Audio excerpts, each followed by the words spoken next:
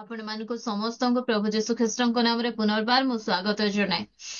ଆଉ ଗୋଟେ ବିଷୟରେ ଆଜି ଆମେ କଥା ହେବା। ସାଧାରଣତଃ କିଛି ବିଷୟ ଗୁଡିକ ଘଟେ, କିଛି ପରିସ୍ଥିତି ଏପଟ ସେପଟ ହେଲେ ଆମେ ଭଉଣୀ ମାନେ ବହୁତ ବିଚଳିତ ହେଇଯାଉ, ବହୁତ ଇମୋସନାଲ ହେଇଯାଉ, ଆମେ ବସି କାନ୍ଦୁ, ଭାଙ୍ଗି ପଡୁ। ଏ ପ୍ରକାର ବିଷୟ ଗୁଡିକ ଭାଇ ମାନେ ମଧ୍ୟ ହୁଅନ୍ତି, କିନ୍ତୁ ସେମାନଙ୍କର ଏତେ ଦେଖାଯାଏ ନାହିଁ।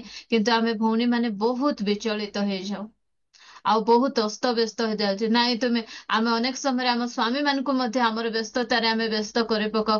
ଆଗେ ଗୋଟେ କେମିତି ଯେତେ କହୁଥିଲେ ମିଶା ନାଇଁ ଚୁ ନାଇଁ ମାନେ ଆମେ ଭାବୁ ଯେ ମୁଁ ଏମିତି ବ୍ୟସ୍ତ ହେଇକିନା, ମୁଁ ଏମିତି ଅସ୍ତବ୍ୟସ୍ତ ହେଇକିନା ମୁଁ ସବୁ ଠିକ କରିଦେବି ବୋଲି ଆମେ ଅନେକ ସମୟରେ ଭାବି ଆମେ ସେ ପ୍ରକାର ହେଇଥାଉ। କିନ୍ତୁ ପ୍ରିୟ ମାନେ ଆଜି ଆମେ ଦେଖିବା କିଏ ସେମିତି ଅସ୍ତବ୍ୟସ୍ତ ବେଶୀ ହୁଏ। କାରଣ ଯେବେ ସେ ଜାଣେ ନାହିଁ ଯେ ତାଙ୍କର ପାଖରେ ଜଣେ ଭରସା ଯୋଗ୍ୟ ପରମେଶ୍ୱର ଅଛନ୍ତି ବୋଲି, ନ ଜାଣିଲେ ହିଁ ଆମେ ବହୁତ ବ୍ୟସ୍ତ ହେଇଯାଉଛୁ।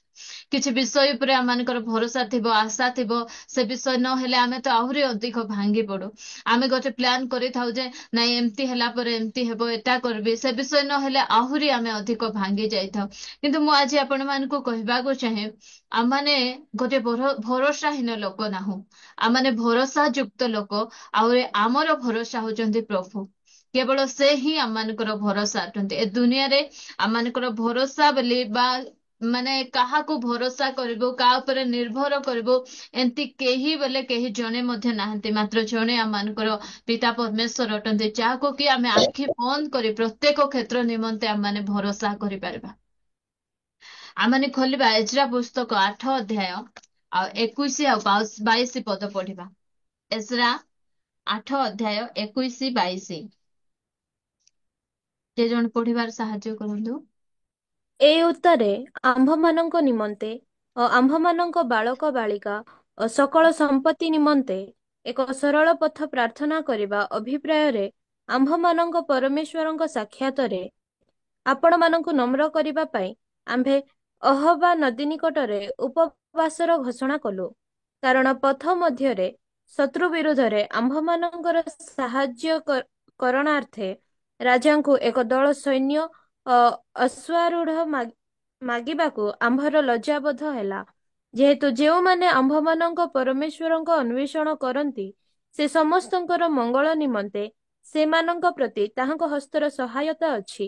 ମାତ୍ର ଯେଉଁମାନେ ତାହାଙ୍କୁ ପରିତ୍ୟାଗ କରନ୍ତି, ସେ ସମସ୍ତଙ୍କ ପ୍ରତିକୂଳରେ ତାହାଙ୍କର ପରାକ୍ରମ ଓ କୋପ ଅଛି। ଏହି କଥା ଆମ୍ଭେମାନେ ରାଜାଙ୍କୁ କହିଥିଲୁ। ଏ ସ୍ଥାନରେ ଯୋଉ ସମୟରେ ଇସ୍ରାଏଲ ବନ୍ଦିତ୍ୱରୁ ଫେରୁଛନ୍ତି, ରାସ୍ତାରେ କଣ ଅଛି, ତାଙ୍କ ପାଖରେ ଧନ ଅଛି, ସମ୍ପତ୍ତି ଅଛି, ବାଳକ ବାଳିକା ସମସ୍ତେ ଅଛନ୍ତି।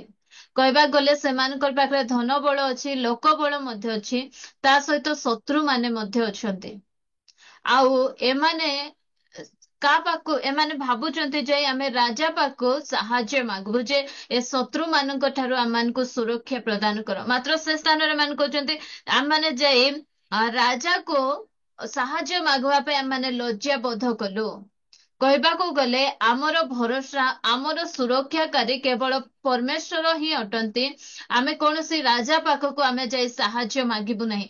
କାରଣ ସେ ରାଜା ଜାଣିଛନ୍ତି ଯେ ତୁମର ପାଖରେ ଏତେ ସର୍ବଶକ୍ତିମାନ ପରମେଶ୍ୱର ଥାଉ ଥାଉ ତୁମେ ଆମକୁ କାହିଁକି ସାହାଯ୍ୟ ମାଗିବା ପାଇଁ ଆସୁଛ। ତେଣୁ ଏମାନେ ଯାଇ ପରମେଶ୍ୱରଙ୍କର ଅନ୍ୱେଷଣ କରୁଛନ୍ତି। ଏମାନେ ଲେଖାଯାଇଛି ନା, ଆହାବ ନଦୀ ନିକଟରେ ଯାଇ ଉପବାସ ଘୋଷଣା କରୁଛନ୍ତି, ପ୍ରାର୍ଥନା କରୁଛନ୍ତି, ଉପବାସ କରୁଛନ୍ତି। ଏ ଶତ୍ରୁ ମାନଙ୍କ ଠାରୁ ତୁମେ ହିଁ ଆମମାନଙ୍କୁ ସାହାଯ୍ୟ କରିପାରିବ, ଏ ଶତ୍ରୁ ମାନଙ୍କ ଠାରୁ ତୁମେ ହିଁ ଆମମାନଙ୍କୁ ଉଦ୍ଧାର କରିପାରିବ। ତେଣୁ ସେମାନେ ରାଜା ପାଖକୁ ଯାଉନାହାନ୍ତି, ସେ ପରମେଶ୍ୱରଙ୍କ ନିକଟକୁ ଯାଉଛନ୍ତି, ନିଜକୁ ପରମେଶ୍ୱରଙ୍କ ନିକଟରେ ଭାଙ୍ଗୁଛନ୍ତି। ଆଜି ବିଭିନ୍ନ ପ୍ରକାର ଶତ୍ରୁ ଗୁଡିକ ଆମମାନଙ୍କ ଜୀବନକୁ ଆକ୍ରମଣ କରିଥାଏ, ବିଭିନ୍ନ ପ୍ରକାର ବିଷୟ ଗୁଡିକ ଆମମାନଙ୍କୁ ଅସ୍ତବ୍ୟସ୍ତ କରିଥାଏ। ସେ ସମୟରେ ଆମମାନେ ନିକଟକୁ ତା ନିକଟକୁ ସାହାଯ୍ୟ ମାଗିବା ପାଇଁ, ସୁରକ୍ଷା ପାଇଁ ଆମମାନେ ନ ଥାଉ ପ୍ରିୟ ଭଉଣୀ ମାନେ, ଆମମାନେ ପରମେଶ୍ୱରଙ୍କ ନିକଟକୁ ଯାଉ, ପରମେଶ୍ୱରଙ୍କ ଠାରେ ଆମମାନେ ପ୍ରାର୍ଥନା କରୁ।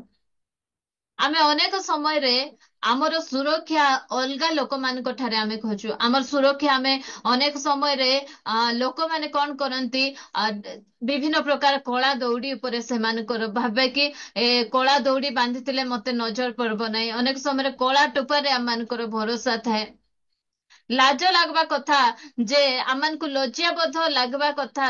ଏ ସ୍ଥାନର ଲୋକମାନେ କଣ କରୁଛନ୍ତି, ଲଜ୍ଜାବୋଧ ହେଲା ବୋଲେ ଲୋକ ଠାରୁ ଆମମାନଙ୍କୁ ସାହାଯ୍ୟ ମାଗିବା ପାଇଁ ଲାଜ ଲାଗୁଛି, କାହିଁକି ନା ଆମର ପାଖରେ କିଏ ଅଛନ୍ତି? ସର୍ବଶକ୍ତିମାନ ପରମେଶ୍ଵର ଅଟନ୍ତି। ସେ ଆମମାନଙ୍କର ସୁରକ୍ଷା କରିବେ, ସେ ଆମମାନଙ୍କର ଯତ୍ନ ନେବେ। ଏ ଶତ୍ରୁ ଶୈତାନର ଆକ୍ରମଣରୁ ସେ ଆମମାନଙ୍କୁ ଉଦ୍ଧାର କରିବେ। ତ କୌଣସି ଦୌଡ଼ି, କୌଣସି କଳା ଟୁପା ବା କୌଣସି ବିଷୟ ଆମମାନଙ୍କୁ ସୁରକ୍ଷା ଦେଇପାରିବ ନାହିଁ। ଅନେକ ସମୟରେ ଭୂତ ମାନଙ୍କଠୁ ରକ୍ଷା କରିବା ପାଇଁ କି ଡାଳ ଯାକ ଘଷିକିନା ଲଗାଇ ହୁଅନ୍ତି ନାଇଁ, ଭୂତ ଲାଗିଥିଲେ ଯିବ ବୋଲି। ଏମିତି କୌଣସି ବିଷୟ ଆମମାନଙ୍କୁ ସେଥିରୁ ରକ୍ଷା କରିପାରିବ ନାହିଁ। କେବଳ ସୁରକ୍ଷା ଆମମାନଙ୍କର ପରମେଶ୍ୱର ହିଁ କରିପାରନ୍ତି। ତେଣୁ ଆମେ ପ୍ରତ୍ୟେକ ସମୟରେ ତାଙ୍କ ଠାରେ ଆମମାନେ ନିର୍ଭର ରଖୁ। ବଢିଆ ଲାଗେ ଏ ବାକ୍ୟ ପଢିବା, ଯେହେତୁ ଯେଉଁମାନେ ଆମ୍ଭମାନଙ୍କ ପରମେଶ୍ୱରଙ୍କର ଅନ୍ୱେଷଣ କରନ୍ତି, ସେ ସମସ୍ତଙ୍କର ମଙ୍ଗଳ ନିମନ୍ତେ ସେମାନଙ୍କ ପ୍ରତି ତାହାଙ୍କର ହସ୍ତର ସହାୟତା ଅଛି। ଯେଉଁମାନେ ସଦାପ୍ରଭୁଙ୍କୁ ଖୋଜନ୍ତି, ଯେଉଁମାନେ ସଦାପ୍ରଭୁଙ୍କର ଉପରେ ଭରସା କରନ୍ତି, ତାଙ୍କର ହାତର ସହାୟତା, ତାଙ୍କର ହସ୍ତ ସବୁବେଳେ ଆମମାନଙ୍କର ଉପରେ ଅଛି। ପ୍ରିୟ ଭଉଣୀମାନେ, ମାତ୍ର ଯେଉଁମାନେ ତାହାଙ୍କୁ ପରିତ୍ୟାଗ କରନ୍ତି, ସେ ସମସ୍ତଙ୍କ ପ୍ରତିକୂଳରେ ତାହାଙ୍କର ପରାକ୍ରମ ଓ କୋପ ଅଛି। ଏହି କଥା ଆମ୍ଭେମାନେ ରାଜାଙ୍କୁ କହିଥିଲୁ। ଏବେ ଏମାନେ କହିଥିଲେ ଆଙ୍କର ପରମେଶ୍ୱର, ଆମର ପରମେଶ୍ୱର କେମିତି ପରମେଶ୍ୱର? ଆମେ ଯଦି ତାଙ୍କୁ ଖୋଜୁଛୁ, ଆମେ ଯଦି ତାଙ୍କ ଉପରେ ଭରସା ରଖିଛୁ, ସେ ଆମମାନଙ୍କୁ ସୁରକ୍ଷା ଦେବା ପରମେଶ୍ୱର। ତାଙ୍କର ହାତ ସର୍ବଦା ଆମମାନଙ୍କ ହସ୍ତ ମଧ୍ୟରେ ଅଛି। ଇସ୍ରାଏଲ ଲୋକମାନେ ଯୋଉ ସମୟରେ ଫାରୋ ରାଜାଙ୍କ ଠାରୁ ପଳାଇ ଆସୁଛନ୍ତି, ଫାରୋ ରାଜାକୁ ଠାରୁ ମଧ୍ୟ ଆମର ପରମେଶ୍ୱର ସୁରକ୍ଷା ଦଉଛନ୍ତି। ସେ ଖରାରୁ ମଧ୍ୟ ଆମର ପରମେଶ୍ୱର ସୁରକ୍ଷା ଦଉଛନ୍ତି। ରାତିରେ ଶୀତ ହେବ ବୋଲି ମଧ୍ୟ ସେ ଆମର ପରମେଶ୍ୱର ସେ ଆମମାନଙ୍କୁ ସୁରକ୍ଷା ଦଉଛନ୍ତି। ଦିବସରେ ମେଘସ୍ତମ୍ଭ, ରାତ୍ରିରେ ଅଗ୍ନିସ୍ତମ୍ଭ ଦେଇ କଢାଇ ନେବା ପରମେଶ୍ୱର। ଆମର ପରମେଶ୍ୱର ସେ ପ୍ରକାର ସର୍ବଶକ୍ତିମାନ ପରମେଶ୍ୱର ବୋଲି ଆମେ ରାଜା ସାମ୍ନାରେ କହିଥିଲୁ। ଏବେ କେମିତି ଏ ଶତ୍ରୁ ମାନଙ୍କ ଠାରୁ ଆମମାନଙ୍କୁ ଉଦ୍ଧାର କର ବୋଲି ଆମେ ରାଜାଙ୍କୁ ସାହାଯ୍ୟ ମାଗିବା। ଆମର ଭରସା, ଆମର ସାହାଯ୍ୟକାରୀ, ଆମର ସୁରକ୍ଷା କେବଳ ଆମର ପରମେଶ୍ୱର ଅଟନ୍ତି। ଶତ୍ରୁମାନେ ଅଛନ୍ତି, ଏ ଶତ୍ରୁମାନେ ଆମମାନଙ୍କର ବିରୁଦ୍ଧରେ ଆଇବେ, ମାତ୍ର ଆମର ଯୁଦ୍ଧ ବୀର ପରମେଶ୍ୱର ଆମମାନଙ୍କର ସହିତରେ ଅଛନ୍ତି। ଯେ କି ସୁପସାଗରରେ ଇସ୍ରାଏଲ ଗୋଷ୍ଠୀକୁ ଫାରୋକୁ ବୁଡେଇକିନା ମାରିଦେଲେ, ସେ ପରମେଶ୍ୱର ଆମର ସହିତ ଅଛି। ଫାରୋର କବଳରୁ ଯେ କି ଆମମାନଙ୍କୁ ମିଶ୍ର ଦେଶରୁ କଢାଇ ଆଣି ଆଣି ଏ ପର୍ଯ୍ୟନ୍ତ ସେ ଆମମାନଙ୍କୁ କଢାଇ ଆଣିଲେ, ଏଇ ବନ୍ଦିତ୍ୱ ଅବସ୍ଥାରୁ ମଧ୍ୟ ସେ ଆମମାନଙ୍କୁ କଢାଇ ନେବେ। ସେ ପ୍ରକାର ବିଶ୍ୱାସ ଯୋଗ୍ୟ, ସେ ପ୍ରକାର ଭରସା ଯୋଗ୍ୟ ପରମେଶ୍ୱର ଆମମାନଙ୍କର ଅଟନ୍ତି। ପ୍ରିୟମାନେ, 118:8-9 ପଢିବା ଆମେ। ଗୀତ 118:8-9। ମନୁଷ୍ୟ ଉପରେ ନିର୍ଭର ରଖିବା ମନୁଷ୍ୟ ଅପେକ୍ଷା ଉପରେ ସଦାପ୍ରଭୁଙ୍କର ଶରଣାଗତ ହେବା ଉତ୍ତମ। ଅଧିପତି ମାନଙ୍କ ଉପରେ ନିର୍ଭର ରଖିବା ଅପେକ୍ଷା ସଦାପ୍ରଭୁଙ୍କର ଶରଣାଗତ ହେବା ଉତ୍ତମ। ମନୁଷ୍ୟ ଉପରେ ନିର୍ଭର ରଖିବା। ପ୍ରିୟମାନେ, ମୁଁ ଆପଣମାନଙ୍କୁ କହିବାକୁ ଚାହେଁ, କୌଣସି ବ୍ୟକ୍ତି ବିଶେଷ ଉପରେ ଆମମାନଙ୍କର ନିର୍ଭର ନଥାଉ। ରାଜା, ମହାରାଜା, ମନ୍ତ୍ରୀ, ଉଚ୍ଚ ପାହ୍ୟା ଲୋକମାନଙ୍କ ଉପରେ ଆମମାନଙ୍କର ଭରସା ଆମେ ନ ରଖୁ। କେବଳ କାହା ଉପରେ ଆମମାନଙ୍କର ନିର୍ଭର ଥାଉ। ମୁଁ ଏ ବାକ୍ୟ ଆପଣମାନଙ୍କୁ ମନେ ପକାଇ ଦେଇ ଉତ୍ସାହିତ କରିବାକୁ ଚାହେଁ। ଆମେ ସମସ୍ତେ ଜାଣିଛୁ ଏ ବାକ୍ୟ। ପୁନର୍ବାର ଆମମାନଙ୍କର ବିଶ୍ୱାସକୁ ଆହୁରି ଟିକେ ଆମମାନେ ମଜବୁତ କରୁ, ଆହୁରି ଟିକେ ଆମମାନେ ରିଭାଇଭ କରୁ, ଆହୁରି ଟିକେ ଆମମାନେ ଉଦ୍ଦୀପିତ କରୁ। ତେଣୁ ମୁଁ କହୁଛି, ମନୁଷ୍ୟ ଉପରେ ନିର୍ଭର ରଖିବା ଅପେକ୍ଷା ସଦାପ୍ରଭୁଙ୍କର ଶରଣାଗତ ହେବା ଉତ୍ତମ। ମନୁଷ୍ୟ ମାନଙ୍କ ଉପରେ ଆମେ ନିର୍ଭର ରଖିବା, ଆମେ ହତାଶ ହୋଇଯିବା, ନିରାଶ ହୋଇଯିବା, ଭାଙ୍ଗି ପଡିବା। କିନ୍ତୁ ଯୋଉ ସମୟରେ ସଦାପ୍ରଭୁଙ୍କ ଠାରେ ଆମେ ନିର୍ଭର ରଖୁ, ସେ ସମୟରେ ଆମେ ଆହୁରି ଅଧିକ ବଳବାନ ହେବା। ବିଭିନ୍ନ ପ୍ରକାର ପରିସ୍ଥିତି ଗୁଡିକ ପ୍ରଭୁ ଆମମାନଙ୍କ ଜୀବନରେ ଘଟାନ୍ତି, ଆଉ ସେ କହନ୍ତି ଯେ ତୁ ମୋ ଉପରେ ଭରସା ରଖେ ବୋଲି ସେ ଶିଖାନ୍ତି। ଅନେକଙ୍କ ଉପରେ ଆମେ ଭରସା ରଖିଥାଉ, ସେମାନଙ୍କୁ ପ୍ରଭୁ ଆମମାନଙ୍କ ବିରୁଦ୍ଧରେ ସେ ଉଠାନ୍ତି। ଅନେକଙ୍କ ଠାରେ ଆମେ ନିର୍ଭର ରଖିଥାଉ, ସେମାନଙ୍କୁ ପ୍ରଭୁ ଆମ ଠାରୁ ଦୂରକୁ ନେଇ ଯାଆନ୍ତି। କାହିଁକି ନା ପ୍ରଭୁ ଶିଖାଇବା ପାଇଁ ଚାହାନ୍ତି, ମନୁଷ୍ୟ ଉପରେ ନିର୍ଭର ରଖନାରେ ବାପା। ସେ ମନୁଷ୍ୟ ମାନଙ୍କ ନିର୍ଭର ରଖିବା ଅପେକ୍ଷା ମୋ ଠାରେ ତୁ ନିର୍ଭର ରଖେ, କାରଣ ମୁଁ ସବୁବେଳେ ତୋର ସାଙ୍ଗରେ ଥିବି, ସବୁବେଳେ ମୁଁ ତୋର ଯତ୍ନ ନେବି। ସେ ପରମେଶ୍ୱର ଏହା କହନ୍ତି। ଅଧିପତି ମାନଙ୍କ ଉପରେ ନିର୍ଭର ରଖିବା, ସଦାପ୍ରଭୁଙ୍କର ଶରଣାଗତ ହେବା ଉତ୍ତମ। ଆମେ ଅନେକ ସମୟରେ ଭାବୁ, ମୋର ଏ ଅଫିସରେ ସେ ଯେ ବଡ ନା, ତାଙ୍କର ସହିତ ମୋର ଚିହ୍ନା ପରିଚୟ। ଏ ଅଫିସ ରେ ଯିଏ ଅଛନ୍ତି ସେ ମୋର ମାମୁଁ ହେବେ, ସେ ମୋର କାକା ହେବେ, ସେ ମତେ ସାହାଯ୍ୟ କରିବେ। ଯୋଉ ସମୟରେ ଆମର ସାହାଯ୍ୟ ଦରକାର ଥିବ ତାଙ୍କର ଟ୍ରାନ୍ସଫର ହେଇଯାଇଥିବ, ସେ ଅଲଗା ଜାଗାକୁ ପଳେଇ ଯାଇଥିବ। ସେଥିପାଇଁ ପରମେଶ୍ୱର କହନ୍ତି ସେମାନଙ୍କର ଉପରେ ଭରସା ରଖିବା ଅପେକ୍ଷା, ସେମାନଙ୍କ ଉପରେ ନିର୍ଭର ରଖିବା ଅପେକ୍ଷା ସଦାପ୍ରଭୁଙ୍କର ଶରଣାଗତ ହେବା ବହୁତ ଉତ୍ତମ। ସଦାପ୍ରଭୁଙ୍କ ନିକଟକୁ ଯିବା ବହୁତ ଉତ୍ତମ। ପ୍ରିୟ ଭଉଣୀ ମାନେ, ଆପଣ ମାନଙ୍କୁ ମୁଁ ଉତ୍ସାହିତ କରିବାକୁ ଚାହେଁ, ଆସନ୍ତୁ ଆମେ ଅନ୍ୟ କାହା ଉପରେ ଆମମାନଙ୍କର ନିର୍ଭର ନ ରଖୁ। ଯେକୌଣସି କ୍ଷେତ୍ରରେ ମଧ୍ୟ ଆମେ ପରମେଶ୍ୱରଙ୍କ ଠାରେ ନିର୍ଭର ରଖୁ, କାରଣ ସେ ଆମମାନଙ୍କର ସୁରକ୍ଷା ଅଟନ୍ତି। ସେ ଆମମାନଙ୍କର ପୁଅ ଝିଅଙ୍କର ସୁରକ୍ଷା, ସେ ମୋର ସୁରକ୍ଷା, ମୋ ସ୍ୱାମୀଙ୍କ ସୁରକ୍ଷା, ମୋର ପରିବାରର ସେ ସୁରକ୍ଷାକାରୀ ଅଟନ୍ତି। ଆମେ ସୁରକ୍ଷା ନିମନ୍ତେ ତାଙ୍କ ନିକଟକୁ ଆମେ ଯିବାର ଆବଶ୍ୟକତା ରହିଛି, କାରଣ ସେ ଆମ୍ଭମାନଙ୍କର ଯତ୍ନ ନେବା ପରମେଶ୍ୱର ଅଟନ୍ତି। ଏ ପ୍ରକାର ଭୟଯୋଗ୍ୟ ଆଉ ଏ ପ୍ରକାର ନିର୍ଭର ଯୋଗ୍ୟ ପରମେଶ୍ୱର, ଯାଙ୍କ ଠାରେ ଆମେ କେବେ ଭରସା କଲେ ଆମେ ହତାଶ ହେଇଯିବା ନାହିଁ, ନିରାଶ ହେଇଯିବା ନାହିଁ, ଭାଙ୍ଗି ପଡିବା ନାହିଁ। ଆମେ ଅନେକ ସମୟରେ କହୁନା ମୁଁ ତାର ଉପରେ ଭରସା ରଖୁଥିଲି, ମୋର ଏତେ ବିଶ୍ୱାସ ଥିଲା, ଆଶା ଥିଲା, ଏ ଅସୁବିଧା ସମୟରେ ସେ ମତେ ସାହାଯ୍ୟ କରିବ ବୋଲି, ମାତ୍ର ସେ ମୋର ହାତ ଛାଡିଦେଲା। ଅନେକ ଛାଡି ମଧ୍ୟ ଦିଅନ୍ତି, ଆଉ ଏ ପ୍ରକାର ପରିସ୍ଥିତି ଗୁଡିକ ମଧ୍ୟ ହୁଏ, ସେମାନେ ଆମମାନଙ୍କୁ ସାହାଯ୍ୟ ମଧ୍ୟ କରିପାରନ୍ତି ନାହିଁ। କାରଣ ସେଇ ସମୟରେ ଆମର ପରମେଶ୍ୱର ଆମକୁ କହିବାକୁ ଚାହୁଁଛନ୍ତି ତା ଉପରେ ଭରସା କର ନାହିଁ, କେବଳ ପରମେଶ୍ୱରଙ୍କ ଠାରେ ଭରସା କର। ମନୁଷ୍ୟର ବାହୁ ଉପରେ ନିର୍ଭର ନାହିଁ ପ୍ରିୟମାନେ, ସଦାପ୍ରଭୁଙ୍କ ଠାରେ ଆମମାନଙ୍କର ନିର୍ଭର ଥାଉ। କାରଣ ମନୁଷ୍ୟ ମଧ୍ୟ ଆଜି ଅଛି କାଲିକୁ ନଥିବ, ମାତ୍ର ଆମର ପରମେଶ୍ୱର 146:3-4 ଟିକେ ପଢିବା ତ, କଣ ଲେଖା ହେଇଛି? ତୁମ୍ଭେମାନେ 146। ହଁ ପଢ। ତୁମ୍ଭେମାନେ ଅଧିପତି ତୁମ୍ଭେମାନେ ମାନଙ୍କ ଉପରେ ଅଧିପତିମାନଙ୍କ ଉପରେ କିଏ ବା କିଏବା ଯାହାଙ୍କ ଠାରେ କୌଣସି ସାହାଯ୍ୟ ନାହିଁ, ଏପରି ମନୁଷ୍ୟ ସନ୍ତାନ ଉପରେ ନିର୍ଭର କର ନାହିଁ। ତାହାର ନିଶ୍ୱାସ ବାହାରିଯାଏ, ସେ ନିଜ ମୃତ୍ତିକାରୁ ଫେରିଯାଏ, ସେହିଦିନ ତାହାର ସଂକଳ୍ପ ସବୁ ନଷ୍ଟ ହୁଏ। 5 ପଦ। ଯାକୁବର ପରମେଶ୍ୱର, ଯାହାର ସାହାଯ୍ୟ ସ୍ୱରୂପ, ସଦାପ୍ରଭୁ ଆପଣା ପରମେଶ୍ୱର, ଯାହାର ଆଶାଭୂମି, ସେ ଲୋକ ଧନ୍ୟ।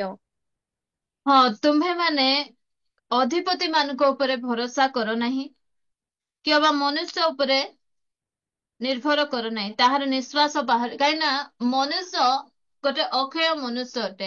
ଏମିତି ଗୋଟେ ସମୟ ଆଇବ, ସେ ହୁଏତ ଆମର ପାଖରେ ନଥିବ।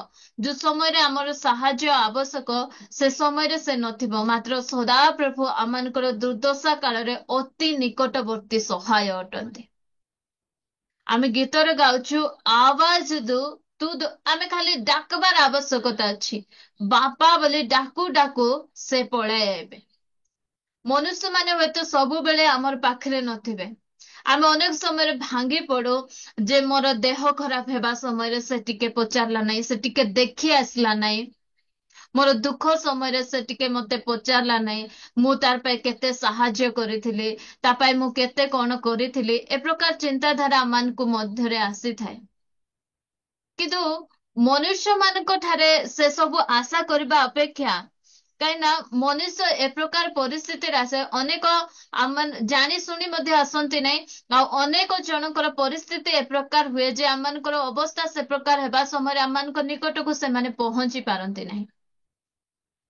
ଏସାନ ଲେଖାଯାଏ, ତାହାର ନିଶ୍ୱାସ ବାହାରିଯାଏ, ସେ ନିଜେ ମୃତ୍ତିକାରେ ଫେରିଯାଏ, ସେହି ଦିନ ତାହାର ସଂକଳ୍ପ ସବୁ ନଷ୍ଟ ହୁଏ। ଏମିତି ମନୁଷ୍ୟ ଉପରେ ଆମେ କାହିଁକି ନିର୍ଭର କରିବା? ପ୍ରିୟମାନେ, ମୁଁ କହିବାକୁ ଚାହେଁ, କେବଳ ପରମେଶ୍ୱରଙ୍କ ଠାରେ ହିଁ ଆମମାନେ ନିର୍ଭର ରଖିବା। କେବଳ ପ୍ରଭୁଙ୍କ ଠାରେ ହିଁ ଆମମାନଙ୍କର ବିଷୟ, କାରଣ ଯାକୁବର ପରମେଶ୍ୱର, ଯାହାର ସାହାଯ୍ୟ ସ୍ୱରୂପ, ସଦାପ୍ରଭୁ ଆପଣା ପରମେଶ୍ୱର, ଯାହାର ଆଶାଭୂମି, ସେ ଲୋକ ଧନ୍ୟ। ଆଶୀର୍ବାଦ ପ୍ରାପ୍ତ କେଉଁମାନେ ଅଟନ୍ତି? ଯେଉଁମାନେ ସଦାପ୍ରଭୁଙ୍କ ଠାରେ, ଯେଉଁମାନଙ୍କର ଆଶା ଭୂମି, ଯେଉଁମାନଙ୍କର ଭରସା ଭୂମି, ଯେଉଁମାନଙ୍କର ନିର୍ଭର ସଦାପ୍ରଭୁ, ସେମାନେ ଧନ୍ୟ ଅଟନ୍ତି ପ୍ରିୟମାନେ। ତେଣୁ ଆମେ ନିଜ ନିଜକୁ କେବଳ ପରମେଶ୍ୱରଙ୍କ ଉପରେ ଆମମାନଙ୍କର ନିର୍ଭରତାକୁ ଆମେ ଦେଖୁ, ପରମେଶ୍ୱରଙ୍କ ଠାରେ ହିଁ ଆମମାନଙ୍କର ମନକୁ ନିବେଶ କରୁ, ପରମେଶ୍ୱରଙ୍କ ଠାରେ ହିଁ ଆମମାନେ ଭରସା କରୁ। ସେ ଆମମାନଙ୍କର ଯତ୍ନ ନେବେ ପ୍ରତ୍ୟେକ ସମୟରେ। ଆଉ ଗୋଟେ ସେଇ ଗୀତ ସଂହିତା 62:8, କି ଜଣେ ପଢନ୍ତୁ 62:8।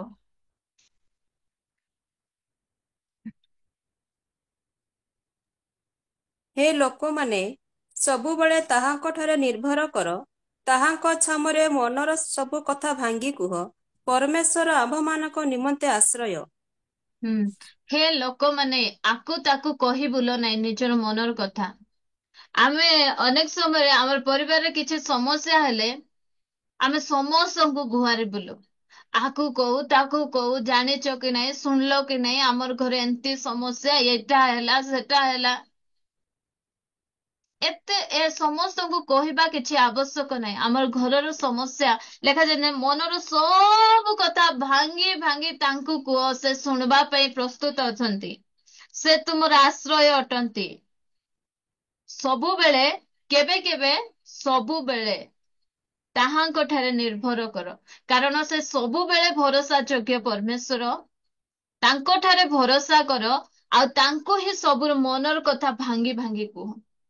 କାହାକୁ ଦୁଃଖ ଗୁଆରି ଥିବ ଭଉଣୀ ମାନେ, ପରିବାର ସମସ୍ୟା ବିଷୟରେ, ପରିବାର ଦୁଃଖ ବିଷୟରେ, ସେ ଆହୁରି ଯାଇକିନା 4 ଜଣକୁ କହିଦେଇଥିବ। ଆମର ଘରର ସମସ୍ୟା ସେମିତି ନଥିବ, ସେ ଆହୁରି ଗୋଟେ ପ୍ରକାର ସେ ଉପସ୍ଥାପନା କରିଦେଇଥିବ। ଇଏ ଜାଣିଲ କି ତାଙ୍କର ଘରେ ପୁଣି ଏମିତି ହେଇଛି, ସେମିତି ହେଇଛି, ସେମିତି ହେଇଛି ବୋଲି ସେ ଆହୁରି ଗୋଟେ ପ୍ରକାର କରିଦେଇଥିବ। ମାତ୍ର ଯୋଉ ସମୟରେ ଆମେ ପରମେଶ୍ୱରଙ୍କ ନିକଟରେ ଆମର ମନର କଥା ଭାଙ୍ଗି ଭାଙ୍ଗି କହିବା, ସେ ସମୟରେ ଆମମାନଙ୍କର ସମସ୍ୟାର ସମାଧାନ ହେବ। ମାତ୍ର ପରମେଶ୍ୱରଙ୍କ ଠାରେ ଭରସା କରି ଯୋଉ ସମୟରେ ପରମେଶ୍ୱରଙ୍କ ନିକଟରେ ଆପଣାର ସମସ୍ତ କଥାକୁ ଆମେ ଭାଙ୍ଗି ଭାଙ୍ଗି କହିବା, ସେ ନିଶ୍ଚିନ୍ତ ରୂପେ ଆମମାନଙ୍କର ମନର କଥାକୁ ବୁଝିବା ପରମେଶ୍ୱର ଅଟନ୍ତି। ଆଣ୍ଠୁ ଭାଙ୍ଗନ୍ତୁ, କାନ୍ଦନ୍ତୁ ପରମେଶ୍ୱରଙ୍କ ନିକଟରେ। ଯୋଉ ସମୟରେ ଆପଣ ଦେଖୁଛନ୍ତି ଆପଣଙ୍କର ପିଲାମାନେ ଆପଣଙ୍କର ଅବାଧ୍ୟ ହଉଛନ୍ତି, ସେ ସମୟରେ ଆକୁ ତାକୁ କହି ବୁଲନ୍ତୁ ନାହିଁ ଯେ ମୋର ପିଲା ମୋର କଥା ଶୁଣୁନାହିଁ, ମୋର ପିଲା ଅବାଧ୍ୟ ହଉଛି, ମୋର ପିଲା ଖରାପ ମାର୍ଗରେ ଚାଲିଗଲାଣି, ବିଭିନ୍ନ ପ୍ରକାର ମନ୍ଦ ବିଷୟରେ ଆସକ୍ତ ହଉଛି। ସେ ସମୟରେ ଆପଣ ମାନେ ବିଶ୍ୱାସ ବୋଲି ଟିକେ କହିବେ କି ନାଇଁ, ଦୁଃଖ ବାଣ୍ଟିଲେ ହାଲକା ହେବ ବୋଲି କାହାକୁ ଗୋଟେ, ନାଇଁ ଏ ତ ମୋର ପୁରା କ୍ଲୋଜ ସାଙ୍ଗ, ମୁଁ ୟାକୁ କହିବି, ଏ କାହାକୁ କହିବ ନାହିଁ ବୋଲି ତାକୁ ଯାଇ କହିଦେଇଥିବ। ସେ ଆହୁରି କାହାକୁ କହିକିନା ସେଟା ଆଉ ଗୋଟେ ସମସ୍ୟାର ସମାଧାନ ନ ହେଇକିନା ସେଟା ଗୋଟେ ସମସ୍ୟା ତିଆରି କରିଦେଇଥିବ। ମାତ୍ର ପରମେଶ୍ୱରଙ୍କ ନିକଟରେ ଯୋଉ ସମୟରେ ଆଣ୍ଠୁ ଭାଙ୍ଗିବେ, ଆପଣଙ୍କର ମନର କଥା ଯେତେବେଳେ ଭାଙ୍ଗିକିନା କହିବେ, ପରମେଶ୍ୱର ସେ ସମସ୍ୟାର ସମାଧାନ କରିବେ। ତାଙ୍କଠାରେ ଭରସା କରନ୍ତୁ। ସେ ଆମମାନଙ୍କର ଆଶ୍ରୟ ଅଟନ୍ତି। ଆମର ପିଲାମାନଙ୍କର ଆଶ୍ରୟ ସ୍ଥଳ ମଧ୍ୟ ଆମର ପରମେଶ୍ୱର ଅଟନ୍ତି। ଆମ ସ୍ୱାମୀଙ୍କ ବିଷୟରେ ମଧ୍ୟ କିଛି କମ୍ପ୍ଲେନ ଅଛି, ଆମ ପରିବାରରେ କିଛି ଅଶାନ୍ତି ଅଛି, କିଛି ଅଭାବ ଅଛି, କିଛି ବିଷୟ ବିଗିଡି ଯାଇଛି, ସେ ସମସ୍ତ କଥା ପରମେଶ୍ୱରଙ୍କ ନିକଟରେ ଭାଙ୍ଗିକିନା କୁହନ୍ତୁ ପ୍ରିୟ ଭଉଣୀ ମାନେ। ସେ ଆପଣ ମାନଙ୍କର ଆଶ୍ରୟ ଅଟନ୍ତି, ସେ ହିଁ ଆମମାନଙ୍କର ନିର୍ଭର ଅଟନ୍ତି। ଲେଖାଯାଏ ନା, ହେ ଲୋକମାନେ ସବୁବେଳେ ତାହାଙ୍କ ଠାରେ ନିର୍ଭର କର। ସବୁବେଳେ ମାନେ ସବୁବେଳେ, କେବେ କେବେ ନାହିଁ। ସେ କହୁନାହାନ୍ତି ନାଇଁ ମୁଁ ଏତିକିରୁ ଏତିକି ସମୟ ଆକା ମୋର ଉପରେ ତୁମେ ନିର୍ଭର କରିପାରିବ ନାହିଁ। ସବୁ ସମୟରେ ପ୍ରିୟ ଭଉଣୀ ମାନେ, ସବୁ ପରିସ୍ଥିତିରେ, ସବୁ କ୍ଷେତ୍ରରେ ଆମେ ତାଙ୍କୁ ଭରସା କରିପାରିବା, କାରଣ ସେ ହିଁ ଆମମାନଙ୍କର ଭରସା ଯୋଗ୍ୟ ବିଶ୍ୱାସ ଭୂମି, ଭରସା ଭୂମି ଅଟନ୍ତି। ତାଙ୍କଠାରେ ଆମମାନେ ପ୍ରତ୍ୟେକ ସମୟରେ ନିର୍ଭର କରୁ। ଗୀତ 33-17 ଆଉ 18 ପଢନ୍ତୁ। ରକ୍ଷାର୍ଥେ ଅଶ୍ଵ ମିଥ୍ୟା, କିଅବା ସେ ଆପଣ ମହାବଳ ଦ୍ୱାରା କାହାକୁ ରକ୍ଷା କରିପାରିବ ନାହିଁ। ଦେଖ, ଯେଉଁମାନେ ସଦାପ୍ରଭୁଙ୍କୁ ଭୟ କରନ୍ତି, ତାହାଙ୍କ ଦୟାରେ ଭରସା ରଖନ୍ତି।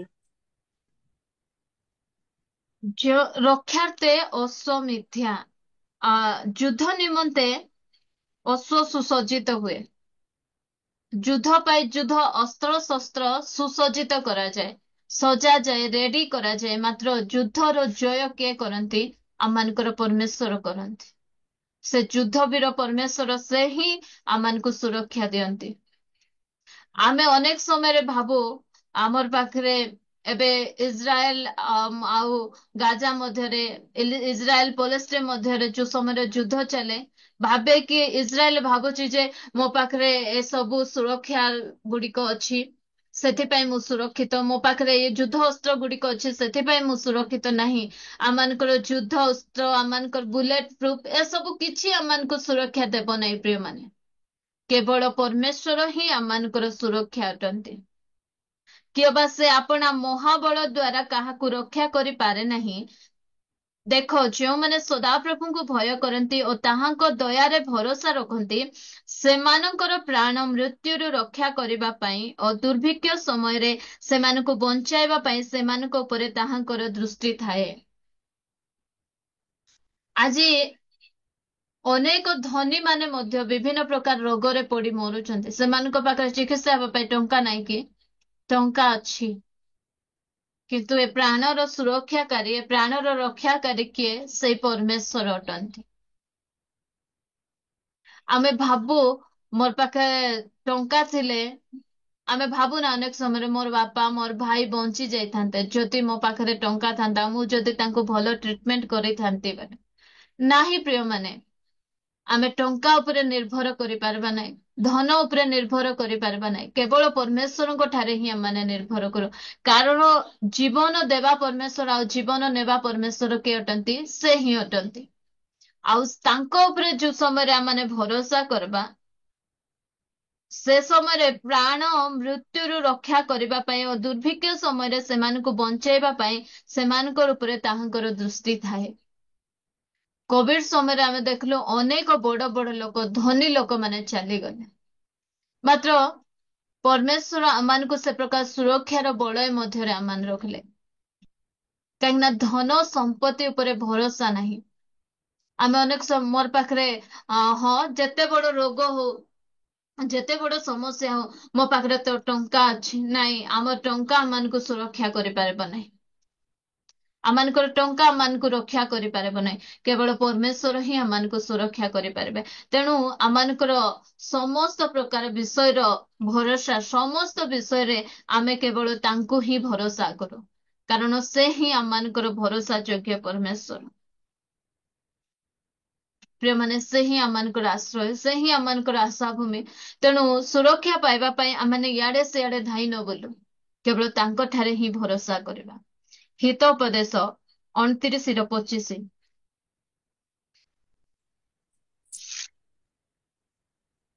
ଲୋକ ଭୟ ଲୋକ ଫାନ୍ତଜନକ, ଭୟ ଖାନ୍ତଜନକ, ମାତ୍ର ମାତ୍ର ସଦାପ୍ରଭୁଙ୍କ ଠାରେ ଯେ ନିର୍ଭର ରଖେ, ସେ ସୁରକ୍ଷିତ ହେବ।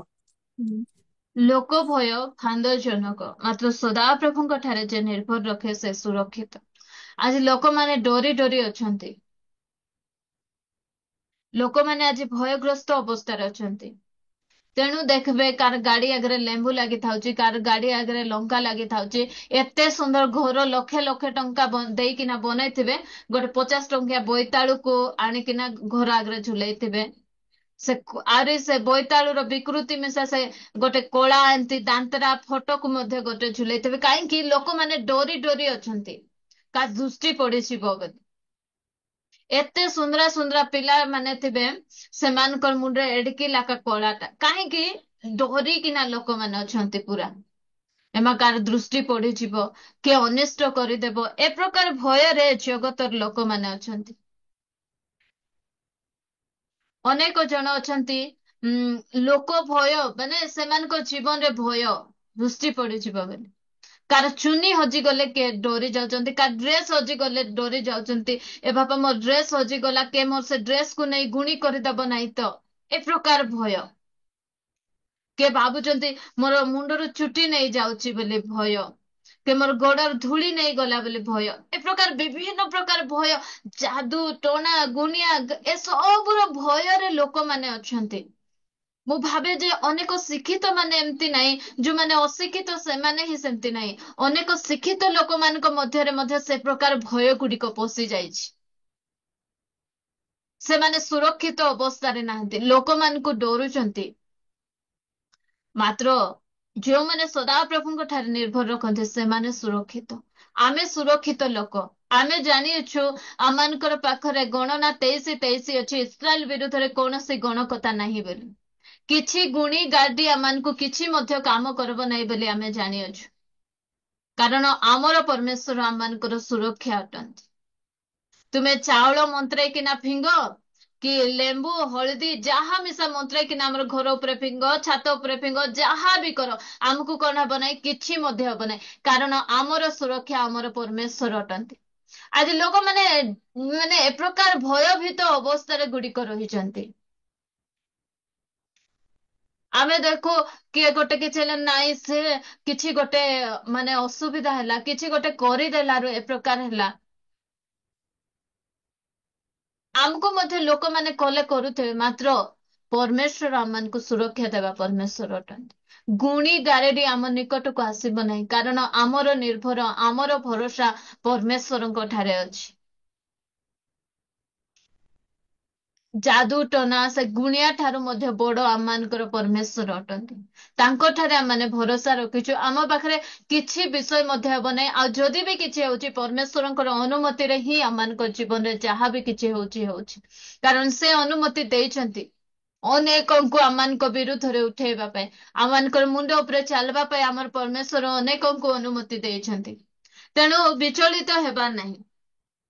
ଅନେକ ସମୟରେ ଲୋକମାନେ ଆମମାନଙ୍କର ବିରୁଦ୍ଧରେ ଉଠନ୍ତି, ଆମେ ସେ ସମୟରେ ବିଚଳିତ ହେବା ନାହିଁ, କାରଣ ଆମର ସୁରକ୍ଷା ଆମର ପରମେଶ୍ୱର ଅଟନ୍ତି। ଲୋକକୁ କେତେ ଡରବା ପ୍ରିୟମାନେ, ଏ ମୋ ବିରୁଦ୍ଧରେ ଉଠୁଛି, ସେ ମୋ ବିରୁଦ୍ଧରେ ଉଠୁଛି। ଉଠନ୍ତୁ, ଯେତେ ଲୋକ ଉଠବାକୁ ଚାହୁଁଛନ୍ତି ସମସ୍ତେ ଉଠନ୍ତୁ, କାରଣ ସେମାନଙ୍କୁ ମୋର ପରମେଶ୍ୱର ଅନୁମତି ଦେଇଛନ୍ତି। ତେଣୁ ସେମାନେ ମୋ ବିରୁଦ୍ଧରେ ଆଜି ଉଠିଛନ୍ତି। ସେମାନେ କଥା କୁହନ୍ତୁ ମୋ ବିରୁଦ୍ଧରେ ଯେତେ ଷଡ଼ଯନ୍ତ୍ର କରିବା କଥା କରନ୍ତୁ, ମାତ୍ର ଆମେ ସୁରକ୍ଷିତ। ଯୋଉ ପରମେଶ୍ୱର ଆମମାନଙ୍କର ମୁଣ୍ଡର ଗୋଟେ ଚୁଟି ତଳେ ପଡିଲେ ଜାଣୁଛନ୍ତି, ସେ କହୁଛନ୍ତି ତୁମର ମସ୍ତକର ସମସ୍ତ କେଶ ହିଁ ଗଣା ଯାଇଛି ବୋଲି କହୁଛନ୍ତି। ସେ ପରମେଶ୍ୱର କଣ ଆମମାନଙ୍କୁ ସୁରକ୍ଷା ଦେଇପାରିବେ ନାହିଁ? ଏତେ ଭୟଭୀତ ଅବସ୍ଥାରେ ଜଗତ ରହିଛି। ଲୋକକୁ ଡର, ଆକୁ ଡର, ତାକୁ ଡର। କାହିଁକି ସେ ଭୟରେ ଆମମାନଙ୍କର ଜୀବନକୁ ଆମମାନେ ଅତିବାହିତ କରିବା? ପରମେଶ୍ୱରଙ୍କ ଠାରେ ଆମମାନେ ନିର୍ଭର କରିବା। ସେ ଆମମାନଙ୍କର ସୁରକ୍ଷା ଅଟନ୍ତି। ଆଜି ଲୋକମାନେ ଡରୁଛନ୍ତି, ସରକାର ଚେଞ୍ଜ ହେଇଗଲା, ଏମିତି ହେଇଯିବ, ସେମିତି ହେଇଯିବ। କିଛି ହେବ ନାହିଁ। ଆମମାନେ ଭରସା କରିଛୁ ପରମେଶ୍ୱରଙ୍କ ଠାରେ। ସେ ଯେମିତି ଆମମାନଙ୍କୁ ମିଶର ଦେଶରେ ତାଙ୍କର ଲୋକମାନଙ୍କୁ ସୁରକ୍ଷାର ସହିତ କଢାଇ ଆଣୁଛନ୍ତି, ବାବିଲୋନରେ ତାଙ୍କର ଲୋକମାନଙ୍କୁ ସୁରକ୍ଷା ଦେଇ କଢାଇ ଆଣୁଛନ୍ତି, ସେଇ ପରମେଶ୍ୱର ଆମକୁ ମଧ୍ୟ ତାଙ୍କର ସୁରକ୍ଷା ମଧ୍ୟରେ ସେ କଢାଇ ନେବେ। କାହିଁକି ଏତେ ବିଚଳିତ, କାହିଁକି ଏତେ ଅସ୍ତବ୍ୟସ୍ତ ଆମମାନେ ହଉଛୁ? ପରମେଶ୍ୱରଙ୍କ ଠାରେ ନିର୍ଭର ରଖନ୍ତୁ। ସେ ସବୁ କ୍ଷେତ୍ରରେ, ସବୁ ଏରିଆରେ ସେ ଆମମାନଙ୍କୁ ସୁରକ୍ଷା ଦେବେ। ମୁଁ କହିଲି, ପ୍ରଭୁ ଦେଖେ, ମୁଁ ମୋର ପିଲାମାନଙ୍କୁ ତୁମର ହସ୍ତରେ ସମର୍ପଣ କରୁଛି ରାଜା। ତୁମ ଛଡା ଆହୁରି ଏ ଜଗତରେ କୋଉ ଜାଗାରେ ମଧ୍ୟ ସେମାନେ ସୁରକ୍ଷିତ ନୁହନ୍ତି। ତୁମେ ସେମାନଙ୍କୁ ସମ୍ଭାଳ, ତୁମେ ହିଁ ସେମାନଙ୍କୁ ଯତ୍ନ ନିଅ। ବିଭିନ୍ନ ପ୍ରକାର ପରିସ୍ଥିତିକୁ, ବିଭିନ୍ନ ପ୍ରକାର ବିଷୟ ଗୁଡିକୁ ଭୟ କରି କରି ଆମମାନଙ୍କର ଜୀବନକୁ ଆମମାନେ ଅତିବାହିତ ନ କରୁ ପ୍ରିୟମାନେ। ଅନେକ ବିଷୟ ରହିଛି ଜୀବନରେ, ଅନେକ ବିଷୟ ଗୁଡିକ ଆମମାନଙ୍କୁ ଦରକାର ରହିଛି। ଆମର ପରମେଶ୍ୱର ଉପଯୁକ୍ତ ସମୟରେ ସେ ଆମମାନଙ୍କୁ ଯୋଗାଇବେ। ସେଥିପାଇଁ ଆମେ ଅଧିକ ବ୍ୟତିବ୍ୟସ୍ତ ଆମମାନେ ନ ହଉ। ପ୍ରତ୍ୟେକ ସମୟରେ ତାଙ୍କ ଠାରେ ଆମମାନେ ନିର୍ଭର ରଖୁ, ତାଙ୍କ ଆଡକୁ ଆମମାନେ ଅନାଉ। ଆମେ ଅନେକ ସମୟରେ ଭାବୁ ଯେ ଆମର ପାଇଁ କଥା ହେବା ପାଇଁ କେହି ନାହାନ୍ତି। ଆଉ କିଛି ସାହାଯ୍ୟ ଦରକାର ଥିବ, କିଏ ଯଦି ବଡ ଲୋକ, କିଏ ଗୋଟେ ନେତା ମନ୍ତ୍ରୀ ଥାନ୍ତେ ବୋଲେ ସେ ଜାଗାରେ ଟିକେ କଥା ହେଇଥିଲେ ଆମକୁ ସାହାଯ୍ୟ ମିଳିଥାନ୍ତା ବୋଲି ଭାବୁ। ନାଇଁ ପ୍ରିୟମାନେ, ସେ ସବୁ ସାହାଯ୍ୟ ନାହିଁ। ସ୍ୱର୍ଗର ପରମେଶ୍ୱର, ଯେ କି ବିଶ୍ୱ ବ୍ରହ୍ମାଣ୍ଡର ସୃଷ୍ଟିକର୍ତ୍ତା, ଯେ କି ସମଗ୍ର ଜଗତର ମାଲିକ, ଯେ କି ଆମମାନଙ୍କର ବାପା, ତାଙ୍କ ଠାରେ ଆମମାନେ ଭରସା ରଖୁ। ସେ କଣ ଆମମାନଙ୍କ ପାଇଁ ଏସବୁ ବିଷୟରେ କରିପାରିବେ ନାହିଁ? ଆମେ ଯୁଆଡୁ ସାହାଯ୍ୟ ଆଇବ ବୋଲି ଭାବୁଥିବୁ, ସେଆଡୁ ସାହାଯ୍ୟ ନ ଆସି ଅନ୍ୟ ଆଡୁ ମଧ୍ୟ ଆମର ପରମେଶ୍ୱର ଆମମାନଙ୍କୁ ସାହାଯ୍ୟ କରନ୍ତି। ତେଣୁ ପ୍ରତ୍ୟେକ ସମୟରେ ଆମେ ତାଙ୍କ ଠାରେ ଭରସା ରଖୁ, କାରଣ ସେ ହିଁ ଆମମାନଙ୍କର ସୁରକ୍ଷା ଅଟନ୍ତି, ଆଉ ସେ ହିଁ ଆମମାନଙ୍କର ସାହାଯ୍ୟକାରୀ ଅଟନ୍ତି। ଆଉ କିଛି ବାକ୍ୟ ପଢିକିନା ଆଜିର ମାନେ ସରେଇବା। ଆମେ ପଢିଲୁ 147:8-9 ଟିକେ ପଢିବା। ସେ ଆକାଶକୁ ମେଘମାଳାରେ ଆଚ୍ଛନ୍ନ କରନ୍ତି, ସେ ପୃଥିବୀ ନିମନ୍ତେ ବୃଷ୍ଟି ପ୍ରସ୍ତୁତ କରନ୍ତି, ସେ ପର୍ବତ ଗଣରେ ତୃଣ ଉତ୍ପାଦନ କରନ୍ତି, ସେ ପଶୁକୁ ତାହାର ଆହାର ଦିଅନ୍ତି ଓ ରାବନ୍ତା ଡାମର କାଉ ଛୁଆମାନଙ୍କୁ ଆହାର ଦିଅନ୍ତି। ଏ ସ୍ଥାନରେ ଦେଖନ୍ତୁ, ସେ ଆକାଶକୁ ମେଘମାଳାରେ ଆଚ୍ଛନ୍ନ କରନ୍ତି, ସେ ପୃଥିବୀ ନିମନ୍ତେ ବୃଷ୍ଟି ପ୍ରସ୍ତୁତ କରନ୍ତି, ସେ ପର୍ବତ ଗଣରେ ତୃଣ ଉତ୍ପାଦନ କରନ୍ତି। ପର୍ବତରେ ଘାସ କିଏ ଲଗାଇବାକୁ ଯାଇଥିଲୁ ଆମେ? କେହି ମଧ୍ୟ ନାହିଁ। ଆମର ପରମେଶ୍ୱର ପର୍ବତରେ ଘାସ ରୋପଣ କରନ୍ତି। କାହାର ପାଇଁ? ପଶୁ ମାନଙ୍କର ପାଇଁ। ଲେଖାଯାଇଛି ନା, ସେ ପଶୁକୁ ତାହାର ଆହାର ଦିଅନ୍ତି ଓ ରାବଣ ତା ଡାମରା କାଉର ଛୁଆ ମାନଙ୍କୁ ତାହାର ଆହାର ଦିଅନ୍ତି। ଯୋଉ ସମୟରେ ପରମେଶ୍ୱର ପଶୁ ପକ୍ଷୀ ମାନଙ୍କର ଯତ୍ନ ନେବାକୁ ଜାଣିଛନ୍ତି, ସେ ପରମେଶ୍ୱର ଆମର ଯତ୍ନ ନେଇ ଜାଣିନାହାନ୍ତି? ପଶୁମାନେ ଖାଇବେ ବୋଲି ସେ ପର୍ବତରେ ତୃଣ ଘାସ ଉତ୍ପନ୍ନ କରିବା ପରମେଶ୍ୱର। ଏ ପଶୁ ପକ୍ଷୀ ମାନେ ଭୁକରେ ନ ମରନ୍ତୁ ବୋଲି ସେ ଖାଦ୍ୟ ଦେବା ପରମେଶ୍ୱର। ସେ ପରମେଶ୍ୱର ଆମର ଯତ୍ନ ନେଇ ଜାଣିନାହାନ୍ତି? ଆଜି ଆମେ ବ୍ୟତିବ୍ୟସ୍ତ ହଉଛୁ। ଡାଲି ରେଟ୍ ବଢିଗଲା, ଚାଉଳ ରେଟ୍ ବଢିଗଲା, ତେଲ ରେଟ୍ ବଢିଗଲା, ବଢୁ ବଢବା ଆଡେ ଆମର ପରମେଶ୍ୱର ସେ ସବୁ ଉପରେ ବଡ ଅଟନ୍ତି। ସେ ଆମମାନଙ୍କର ଯତ୍ନ ନେବେ, ସେ ଆମମାନଙ୍କର ଭରସା ଅଟନ୍ତି। ପୁରା ସାହସର ସହିତ ଆମେ ସବୁର ସାମ୍ନା କରୁ। ଆମେ ଭାବୁଥିବୁ ମୋର ବିଜନେସ ବୁଡିଗଲା, ମୋର ଆଉ କାମ ହଉନାହିଁ, ଜବ୍ ଚାଲି ଯାଉଛି, ଘରେ 3-4 ଜଣ କମାଇବା ଲୋକ ଥିଲେ, ଜଣେ ଆହୁରି ବସି ପଡିଛି, ଆମେ କେମିତି ଚଳବୁ? ଏ କାମ ହେବାର ଅଛି, ସେ କାମ ହେବାର ଅଛି। ସେ ସବୁ କାମ କରିବା ପାଇଁ ସେ ପରମେଶ୍ୱର ଅଟନ୍ତି। ମୁଁ କହିବାକୁ ଚାହେଁ, ମୁଁ ଜନ୍ମ ହେବା ପୂର୍ବରୁ ମୁଁ କେତିକି ଚାଉଳ ଖାଇବି, କେତିକି ଡାଲି ଖାଇବି, କେତିକି ତେଲ ବ୍ୟବହାର କରିବି, କେତିକି ସାବୁନ ବ୍ୟବହାର କରିବି, ମୋ ପରମେଶ୍ୱର ତାହା ଜାଣିଛନ୍ତି। ଆଉ ସେ ସବୁ ରେଡି କରି ସେ ପଠାଇଛନ୍ତି ପ୍ରିୟ ଭଉଣୀ ମାନେ। ସେଥିପାଇଁ ଆମେ ବ୍ୟତିବ୍ୟସ୍ତ ହେବା ନାହିଁ। ଆମେ ମଲେ କେବେ ଭୁକରେ ମରବା ନାହିଁ। କାରଣ ଆକାଶର ପକ୍ଷୀ ମାନଙ୍କୁ ଦେଖ, ସେମାନେ ବୁଣନ୍ତି ନାହିଁ କି କାଟନ୍ତି ନାହିଁ। ସେମାନଙ୍କର ଯତ୍ନ ନେବାକୁ ମୋର ପରମେଶ୍ୱର ଜାଣିଛନ୍ତି, ଯେ କି ମତେ ଆପଣ ସଦୃଶ୍ୟରେ ତାଙ୍କର ସଦୃଶ୍ୟରେ ମତେ ତିଆରି କରିଛନ୍ତି, ତାଙ୍କର ସନ୍ତାନ କରି ମତେ ତିଆରି କରିଛନ୍ତି। ସେ କଣ ମୋର ଯତ୍ନ ନେବେ ନାହିଁ? ସେ କଣ ମୋର ପ୍ରତିପାଳନ କରିବେ ନାହିଁ? କାହିଁକି ଆମେ ଏତେ ବ୍ୟତିବ୍ୟସ୍ତ ହଉଛୁ ପ୍ରିୟ ଭଉଣୀ ମାନେ? ଆମେ ବ୍ୟତିବ୍ୟସ୍ତ ନ ହଉ, ତାଙ୍କଠାରେ ଆମମାନଙ୍କର ଭରସାକୁ ରଖୁ ସମ୍ପୂର୍ଣ୍ଣ ରୂପେ ତାଙ୍କଠାରେ। ମତେ ବାକ୍ୟ ପଢିବା ସମୟରେ କେତେ ଖୁସି ଲାଗୁଥିଲା ଯେ ପଶୁମାନେ ଖାଆନ୍ତୁ ବୋଲି ପର୍ବତରେ ପାହାଡରେ ତୃଣମାନଙ୍କୁ ଉତ୍ପନ୍ନ କରୁଛନ୍ତି ସେମାନଙ୍କର ଆହାର ନିମନ୍ତେ। ତ ମତେ ସେ ଆହାର ଯୋଗାଇବେ ନାହିଁ କି? ମୋର ଅଭାବକୁ ସେ ପୂର୍ଣ୍ଣ କରିବେ ନାହିଁ କି? ମତେ ଯାହା ଯାହା ଦରକାର ମୋର ପରମେଶ୍ୱର ସେ ସବୁ ଏ ପୃଥିବୀରେ ଦେବେ। ଆମେ ଅନେକ ସମୟରେ ଅନେକ କିଏ କାହାର ଗୋଟେ କିଛି ହେଇଗଲେ ଆମେ ବହୁତ ବ୍ୟତିବ୍ୟସ୍ତ ହେଇଯାଉଛୁ। ତାଙ୍କଟା ହେଲା, ଆମରଟା ହେଲାନି, ତା କେମିତି କରବାର ଏ ପ୍ରକାର ଆମେ ଅନେକ ସମୟରେ ହଉ। ମାତ୍ର ଆମର ପରମେଶ୍ୱର ସେ ଆମର ଯତ୍ନ ନେଇ ଜାଣନ୍ତି ପ୍ରିୟ ଭଉଣୀ ମାନେ। ପ୍ରତ୍ୟେକ ସମୟରେ ସେ ଆମମାନଙ୍କର ଯତ୍ନ ନେଇ ଜାଣନ୍ତି। ମୁଁ କହିବାକୁ ଚାହେଁ, ଆପଣ ମାନଙ୍କୁ ବ୍ୟତିବ୍ୟସ୍ତ ହୁଅନ୍ତୁ ନାହିଁ। ଯାହା ଦରକାର, ଆପଣଙ୍କୁ ଘର ଦରକାର, ଆପଣଙ୍କର ପରମେଶ୍ୱର ଘର ଦେବେ। ଆପଣଙ୍କୁ ବଡ ଗାଡି ଦରକାର, ଆପଣଙ୍କର ପରମେଶ୍ୱର ଯୋଉ ସମୟରେ ସେ ଜାଣିବେ ଯେ ମୋର ପିଲାକୁ ଏଟା ଦରକାର ବୋଲେ ସେ ନିଶ୍ଚିନ୍ତ ରୂପେ ଆପଣଙ୍କୁ ଦେବାଟା ଦେବେ। ମୁଁ ଗୋଟେ ବିଷୟ କହିବାକୁ ଚାହେଁ। ଥରେ କଣ ହେଲା, କମ୍ବଳ ଗୋଟେ ଧୁଆ ହେଲା, ଆଉ ଆମ ଘରେ ସେ ସମୟରେ ୱାସିଂ ମେସିନ ନଥିଲା। ଜଣଙ୍କ ଘରକୁ ସେଟାକୁ ମୁଁ ସ୍ପିନ୍ ପାଇଁ ନେଇଥିଲି। ସେ ସମୟରେ ତାଙ୍କର ବ୍ୟବହାର ମତେ ଟିକେ ଏତେ ଭଲ ଲାଗିଲାନି। ଓ ତାପରେ ମୁଁ ଆସି କହିଲି, ପ୍ରଭୁ ଆଜିଠୁ ଆହୁରି ମୁଁ ଏମତି କରୁଛି, ତୁମେ ଯେବେ ଦେବ ତେବେ ଆକା କରିବି, ନହେଲେ ସେଟା 4 ଦିନକୁ ଶୁଖୁ କି 5 ଦିନକୁ ଶୁଖୁ। ଆଉ ପ୍ରଭୁ ଅନୁଗ୍ରହ କରିକିନା ଏବେ ଦେଇଛନ୍ତି। ମୁଁ ସେ ସମୟରେ ଏତେ ବ୍ୟତିବ୍ୟସ୍ତ ହେଲି ନାହିଁ ପ୍ରିୟମାନେ, କି ମାନେ କି ପ୍ରଭୁଙ୍କୁ ବି କମ୍ପ୍ଲେନ ନାହିଁ, କି ମୋ ସ୍ୱାମୀଙ୍କୁ ବି ମୁଁ ଆସି କିଛି କହିନାହିଁ। ମନ ମଧ୍ୟରେ ରଖିଲି, ପ୍ରଭୁ ଅଳ୍ପ ଦିନ ଭିତରେ ଗୋଟେ ୱାସିଂ ମେସିନ ଯୋଗାଇଲେ। କାରଣ ଯେତେବେଳେ ଆମକୁ ଯାହା ଦରକାର ଆମର ପରମେଶ୍ୱର ସେତିକି ବେଳେ ସେ ଆମକୁ ଦେବେ। ସେଥିପାଇଁ ଆମେ ବେଶୀ ବ୍ୟତିବ୍ୟସ୍ତ ମଧ୍ୟ ହେବାର ଆବଶ୍ୟକତା ନାହିଁ। ଯାହା ଯେତେବେଳେ ଦରକାର, ଆପଣଙ୍କୁ ୱାସିଂ ମେସିନ ଯେତିକି ବେଳେ ଦରକାର ସେ ଯୋଗାଇବେ। ଆପଣଙ୍କୁ ଘର ଯେତିକି ବେଳେ ଦରକାର ସେ ସମୟରେ ଘର ଯୋଗାଇବେ। ଆପଣଙ୍କୁ ଖାଦ୍ୟର ଯେତିକି ବେଳେ ଯାହା ହୁଏତ ଆମମାନଙ୍କୁ ସବୁ ସମୟରେ ଡେଲିସିୟସ୍ ମାଂସ ଭାତ ମିଳି ନପାରେ, ମାତ୍ର ଆମକୁ ପେଟ ପୂର୍ବା ପାଇଁ ଯାହା ଦରକାର ଆମର ପରମେଶ୍ୱର ପ୍ରତ୍ୟେକ ସମୟରେ ଆମମାନଙ୍କୁ ଯୋଗାଏ। ଆମର ସକଳ ଆବଶ୍ୟକତାର ସେ ଯତ୍ନ ନେଇ ଜାଣନ୍ତି।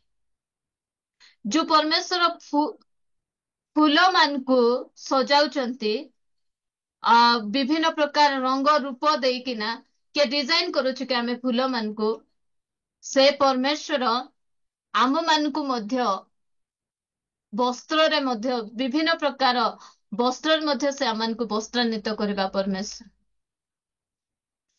ଆମେ ଅନେକ ସମୟରେ ଅନ୍ୟମାନଙ୍କର ପୋଷାକ ପତ୍ରକୁ ଦେଖିଦେଲେ ଆମମାନଙ୍କୁ କଷ୍ଟ ଲାଗେ। ସେ କେତେ ବଢିଆ ଶାଢୀ ପିନ୍ଧିଛି, ମତେ ଗୋଟେ ହେଲେ ହେଇଥାନ୍ତା କି। ତୁମର ପରମେଶ୍ୱର ତମକୁ ଯାହା ଦରକାର ସେ ତାହା ଦେବା ପାଇଁ ମାନେ ଭରସା ଯୋଗ୍ୟ ପରମେଶ୍ୱର। ମୁଁ କହେ ନା ଆମେ ସୁରକ୍ଷା ପାଇଁ ତାଙ୍କ ଉପରେ ନିର୍ଭର କରିବା। ଆମମାନଙ୍କର ଖାଦ୍ୟ ନିମନ୍ତେ ଆମେ ତାଙ୍କ ଉପରେ ନିର୍ଭର କରିବା, କାରଣ ସେ ଆମମାନଙ୍କର ଯତ୍ନ ନେବା ପରମେଶ୍ୱର। ପ୍ରତ୍ୟେକ ପରିସ୍ଥିତିରେ ଆମର ପରମେଶ୍ୱର ଆମମାନଙ୍କୁ ଯତ୍ନ ନିଅନ୍ତି। ପ୍ରିୟ ଭଉଣୀମାନେ, ବ୍ୟତିବ୍ୟସ୍ତ ହୁଅନ୍ତୁ ନାହିଁ। ଆମେ ଅନେକ ସମୟରେ କେତେବେଳେ ଭାଙ୍ଗି ପଡୁ, ନିରାଶ ହେଇଯାଉ, ହତାଶ ହେଇଯାଉ। ବଢିଆ ସେ ଆମେ ଚାଲୁଥାଉ, ମାତ୍ର ଆମର ପଡିଶା ଘର ଲୋକ ଯେତେବେଳେ ଆମର ନଥାଏ ତାଙ୍କର ହେଇଯାଏ, ସେ ସମୟରେ ଆମେ ଅଧିକ ବିଚଳିତ ହେଇଯାଉ ସାଧାରଣତଃ ଭଉଣୀମାନେ। ମାତ୍ର ଆମେ ବିଚଳିତ ହେବା କଥା ନୁହେଁ।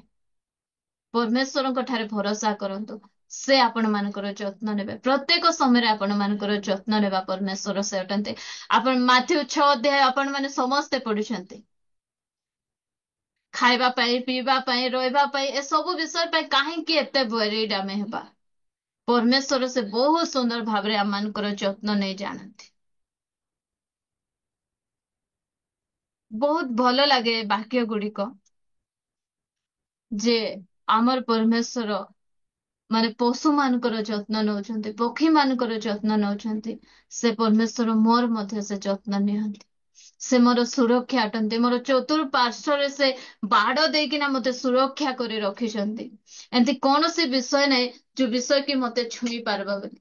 କୌଣସି ବିଷୟ ନାହିଁ ପ୍ରିୟ ଭଉଣୀ ମାନେ। ତେଣୁ କୌଣସି ବିଷୟ ନିମନ୍ତେ ବିଚଳିତ ହୁଅନ୍ତୁ ନାହିଁ, ବ୍ୟତିବ୍ୟସ୍ତ ହୁଅନ୍ତୁ ନାହିଁ। କେବଳ ପରମେଶ୍ୱରଙ୍କ ଠାରେ ହିଁ ଭରସା ରଖନ୍ତୁ, ତାଙ୍କ ଠାରେ ନିର୍ଭର ରଖନ୍ତୁ। ଦେଖନ୍ତୁ, ବହୁତ ସୁନ୍ଦର ଭାବରେ ସମସ୍ତ କାର୍ଯ୍ୟ ଗୁଡିକ ହେଇଯିବ। ଆଉ ପ୍ରଭୁ ସବୁ ବାଟ ଗୁଡିକ ଧୀରେ ଧୀରେ ଧୀରେ ଧୀରେ ଆମ ମାନଙ୍କ ନିମନ୍ତେ ଖୋଲି ଯିବେ। ଆଉ ତାଙ୍କ ଉପରେ ଭରସା ରଖିବା ବୋଲି କହିଲେ ମାନେ ଗୋଟେ ଭିତରେ ଗୋଟେ ଶାନ୍ତି ଥିବ। ଆଉ ମୁଁ ନିଜେ କରିବି ବୋଲି କହିଲେ ରାତିରେ ନିଦ ମଧ୍ୟ ହଜିଯିବ। ନିଦ ମଧ୍ୟ ହେବ ନାହିଁ। ମତେ କରିବାର ଅଛି ନାହିଁ, ପ୍ରଭୁଙ୍କ ଠାରେ ସମ୍ପୂର୍ଣ୍ଣ ନିର୍ଭର କରନ୍ତୁ। ଯେତେ ବଡ କାମ ହଉ, ଯାହା ବି ହଉ, ପ୍ରଭୁ ତୁମେ ଜଗତରେ ମଧ୍ୟ ରଖିଛ ବୋଲେ ମୋର ଯାହା ଆବଶ୍ୟକତା ତାହା ତୁମେ ପୂର୍ଣ୍ଣ କରିବ, ଏ ଭରସା ମୋର ତୁମ ଠାରେ ଅଛି। ପ୍ରଭୁ, ତୁମେ ସବୁ ମୋର ପାଇଁ କରିପାରିବ। ମୋର ପିଲାମାନଙ୍କର ଷ୍ଟଡିରେ ମୁଁ ଏତେ ୱରିଡ୍ ହେବି ନାହିଁ। ମତେ ଆବଶ୍ୟକତା ଅଛି ଅନେକ ବିଷୟ, ମୁଁ ସେଥିରେ ବ୍ୟତିବ୍ୟସ୍ତ ହେବି ନାହିଁ, କାରଣ ତୁମେ ଅଛ। ତୁମେ ମତେ ସେ ସବୁ ଯୋଗେଇବ। ମୁଁ ଆଜି ଲୋକମାନଙ୍କୁ ଡରି ରହିବି ନାହିଁ, କାରଣ ଲୋକ ଭୟ ଫାନ୍ଦ ସ୍ୱରୂପ ଆମମାନଙ୍କୁ ଫାନ୍ଦ ପରି କରି ରଖିଦେବ। ମାତ୍ର ସଦାପ୍ରଭୁଙ୍କ ଠାରେ ଆମେ ନିର୍ଭର ରଖିବା, ସେ ଆମମାନଙ୍କର ସୁରକ୍ଷା ଅଟନ୍ତି। ଆସନ୍ତୁ ପ୍ରିୟ ଭଉଣୀ ମାନେ, ନିଜ ନିଜକୁ ପ୍ରଭୁଙ୍କ ପାଦ ତଳେ ଆମେ ସମର୍ପଣ କରୁ। ଆମେ କହିବା, ପ୍ରଭୁ ତୁମେ ହିଁ ମୋର ଭରସା, ତୁମେ ହିଁ ମୋର ଆଶା ଅଟ। ପ୍ରଭୁ, ତୁମ ଠାରେ ହିଁ ମୁଁ ସମ୍ପୂର୍ଣ୍ଣ ନିର୍ଭର କରୁଅଛି। ତୁମେ ହିଁ ମୋର ଯତ୍ନ ନିଅ, ତୁମେ ହିଁ ମତେ ସମ୍ଭାଳ। ନିଜ ନିଜ ଚକ୍ଷୁକୁ ଆମେ ବନ୍ଦ କରିବା ପ୍ରିୟ ଭଉଣୀ ମାନେ। ବ୍ୟତିବ୍ୟସ୍ତ ହୁଅନ୍ତୁ ନାହିଁ। ଅନେକ ସମୟରେ ଅନେକଙ୍କ ଉପରେ ଆମେ ନିର୍ଭର କଲୁ।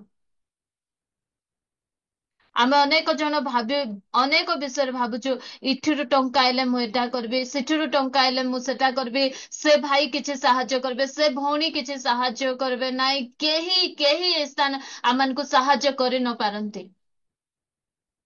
କେବଳ ଜଣେ ହିଁ ଆମମାନଙ୍କର ସାହାଯ୍ୟକାରୀ ଅଟନ୍ତି। ଜଣେ ହିଁ ଆମମାନଙ୍କର ଭରସା ଯୋଗ୍ୟ ପରମେଶ୍ୱର ଅଟନ୍ତି, ଯେ କି ଆମମାନଙ୍କର ପ୍ରତ୍ୟେକ ସମୟରେ ଆମମାନଙ୍କୁ ସାହାଯ୍ୟ କରିବା ପାଇଁ, ଆମମାନଙ୍କୁ ସୁରକ୍ଷା ଦେବା ପାଇଁ, ଆମମାନଙ୍କର ଆବଶ୍ୟକତା ଗୁଡିକକୁ ପୂର୍ଣ୍ଣ କରିବା ପାଇଁ ସେ ଅଛନ୍ତି। ପ୍ରିୟ ଭଉଣୀ ମାନେ, ସମ୍ପୂର୍ଣ୍ଣ ରୂପେ ତାଙ୍କ ଠାରେ ଆମମାନଙ୍କର ନିର୍ଭର କରୁ। ଅନେକଙ୍କ ଠାରେ ଆମେ ନିର୍ଭର ରଖି ଆମେ ଲଜ୍ଜିତ ହେଇଛୁ। ଅନେକଙ୍କ ଠାରେ ଆମେ ନିର୍ଭର କରି ଭରସା କରି ଆମେ ହତାଶ ହେଇଛୁ, ନିରାଶ ହେଇଛୁ। କିନ୍ତୁ ଆଜି ପୁନର୍ବାର ଆମମାନଙ୍କର ଭରସାକୁ ଆମମାନଙ୍କର ପରମେଶ୍ୱରଙ୍କ ଠାରେ ଲଗାଉ, ଆମମାନଙ୍କର ପିତାଙ୍କ ଠାରେ ଲଗାଉ। ତାଙ୍କ ଆଡକୁ ଆମେ ଅନାଉ, ତାଙ୍କ ଠାରେ ଆମମାନଙ୍କର ନିଜର ଦୃଷ୍ଟିକୁ ଆମେ ସ୍ଥିର କରୁ। ସେ ଆମମାନଙ୍କୁ ସମ୍ଭାଳିବେ, ସେ ଆମମାନଙ୍କୁ ସାହାଯ୍ୟ କରିବେ, ସେ ଆମମାନଙ୍କର ସକଳ ଆବଶ୍ୟକତା ଗୁଡିକକୁ ପୂର୍ଣ୍ଣ କରିବେ। ଓ ଲର୍ଡ, ହାଲେଲୁୟା, ଧନ୍ୟବାଦ ୟେଶୁ। ଆମେ ପ୍ରାର୍ଥନା କରୁ ବାପା, ତୁମେ ହିଁ ଆମମାନଙ୍କର ଭରସା ଅଟ। Yes Lord, Yes Lord, Yes Lord. ଆମମାନଙ୍କୁ ମଧ୍ୟ ଜୟନ୍ତୀ ଆଣ୍ଟି ଅଛନ୍ତି, ସେ ଆମମାନଙ୍କୁ ପ୍ରାର୍ଥନାରେ କଢାଇ ନେବେ। ଓ ହାଲେଲୁୟା, Glory, glory, Almighty ଧନ୍ୟବାଦ Jesus. ଧନ୍ୟବାଦ ସ୍ତୁତିରେ ଧନ୍ୟବାଦ ଧନ୍ୟବାଦ ପବିତ୍ର